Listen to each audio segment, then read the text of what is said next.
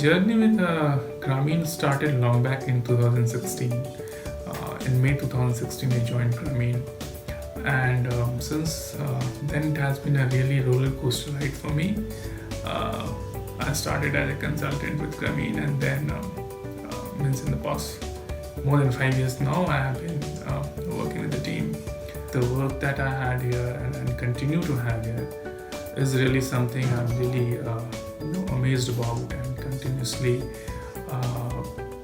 really every day kind of pushes me to be here, give my best. So that's the best part of my journey at Grameen actually.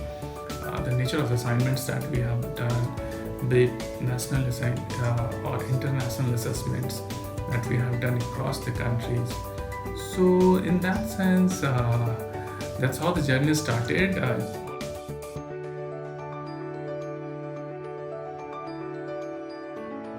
We continue to live in a world where poverty, hunger are some real issues with COVID. I think this has become more than apparent ever. So the vision for which Grameen stands for, the mission for which Grameen really works for, those are very very pertinent in today's world. There is no doubt that we need more of concerted effort towards these missions, be it eliminating poverty or hunger across the globe. In India, I think we like our project portfolio has also expanded and kind of given us a overview or kind of has strengthened our arms to work across the sectors, wherein there is a real dearth of good civil society actors, players to continuously work for the marginalized.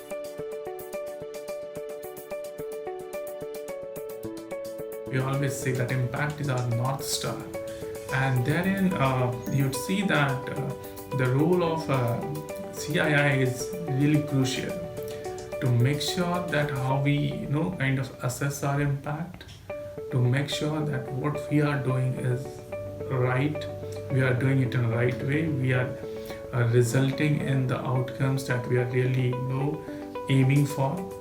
We capture our intended outcomes as well as unintended outcomes.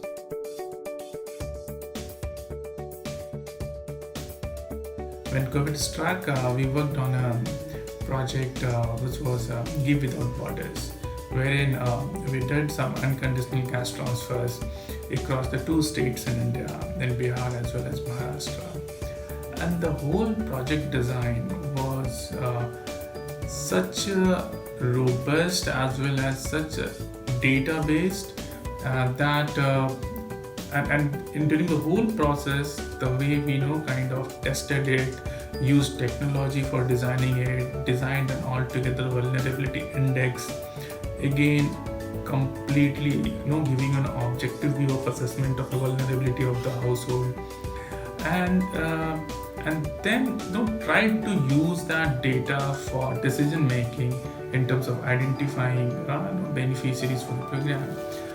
Program evaluation we did in Pacific Island countries, across 6 countries, Fiji, Solomon Islands, Papua New Guinea, and other Tonga.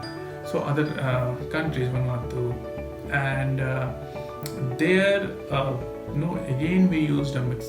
This was a UNCDF funded project, and we as a third party went ahead and evaluated the program in these countries.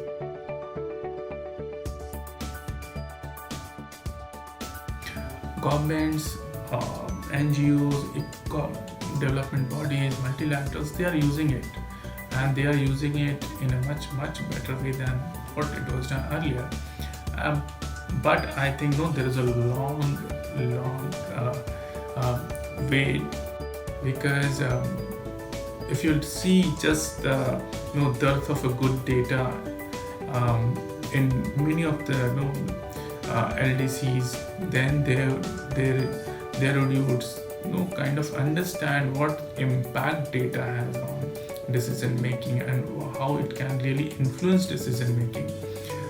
and to work with people who marginalized people, vulnerable people, low income segment who are really who really need our support to come out of that poverty cycle.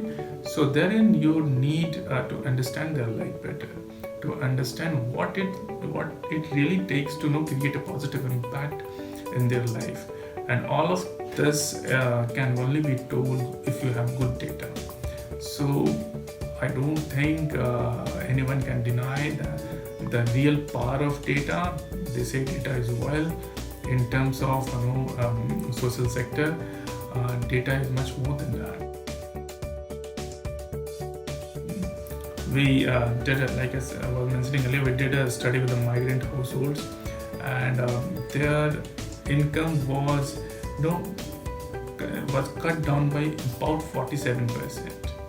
So a household which was earning say 100 rupees earlier was left with only 53 rupees once the COVID struck. They lost their savings. They had to sell their food grains, and they got into that. The burden for the credit increased. Most of these people again went to the informal sources of credit.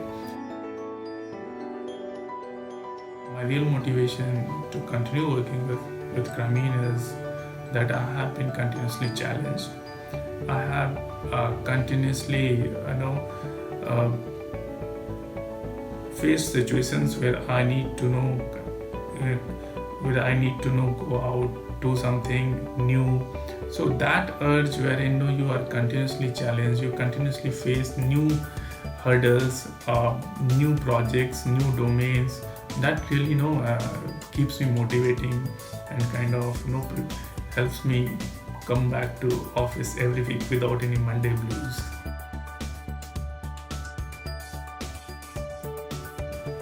One of the best way is to be in the sea and kind of explore your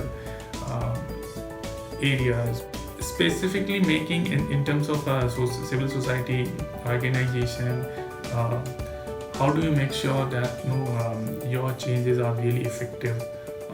Your changes are effective in creating a positive outcome for the people that you are working with and working for. So understanding their needs is a really important task.